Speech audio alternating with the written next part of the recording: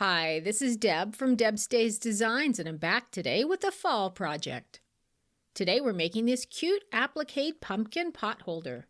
Great for decorating your kitchen for all those fall holidays.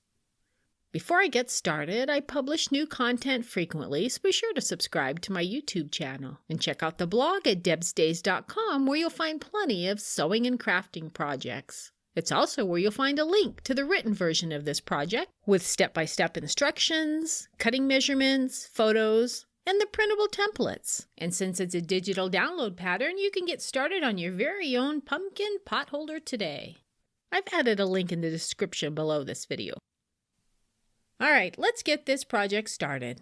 Along with your regular sewing supplies for this project, you'll need fabric for the front, for the back, and for the applique, fabric for an optional hanging loop, cotton batting or Insulbright, a paper-backed fusible web like Heat and Bond, and don't forget the printable templates. First, trace the individual parts of the design onto the paper side of the fusible web. Cut out each piece about 1/4 inch outside the tracing line. Following the manufacturer's directions, fuse the pieces to the wrong side of the appropriate colors of fabric and let them cool. Then cut out the pieces along the traced lines. Remove the paper backing from the fusible web. Center and arrange the applique pieces on the front fabric.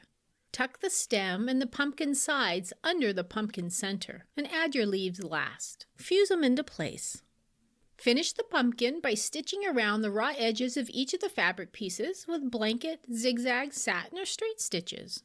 I like to try out different stitch lengths and widths on fabric scraps before I work on the applique piece. Place the backing fabric with the wrong side of the fabric facing up. Center the 2 batting pieces, or the batting and Insulbright, on top, and place the applique piece on top. Baste all layers together and quilt as desired. Then, without cutting into the backing fabric, trim the batting to match the front of the pot holder. Then trim the backing fabric so it measures 1 inch away from the front fabric. To create the binding, fold the backing over so the raw edge meets near the raw edge of the front and press it. Fold the backing over 1 more time so it becomes the binding on the front and press it. Work your way around the sides, pressing as you go, and use fabric clips or pins to hold it all in place. Then top stitch around the outside of the pot holder near the open edge of the binding. Now, if you prefer to miter the corners, use the technique we've used before. Measure 1 inch away from each corner and mark it, and then draw a straight line to connect the marks, and cut on the line. Fold the raw edge corner over the corner of the front fabric and press it. Fold one of the sides so the raw edge of the fabric meets the raw edge of the front and press it. Fold the backing over 1 more time so it becomes the binding on the front and press it. Fold the other side in so the raw edge of the fabric meets the raw edge of the front and press it. Fold the backing fabric over 1 more time so it becomes the binding on the front and press it. If you'd like to hang up your pot holder, let's make a loop.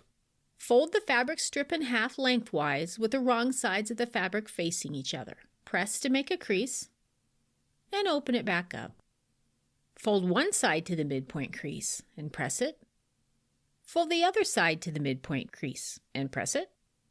Fold the entire piece over and press it. Top stitch about 1/8 of an inch from the edge all the way around and across the fabric strip. Fold the strip in half to make a loop. Place the raw edges of the loop on the top of the back of the pot holder between the top stitching and the edge of the pot holder. Secure the loop in place by stitching over the pot holder's previous top stitching. Press the loop up. Stitch across the loop 1 last time to hold the loop in the upward position. And just like that, you have this cute pumpkin pot holder for fall. If you'd like to see more projects like this one with digital patterns you can print at home, check out the blog at debstays.com.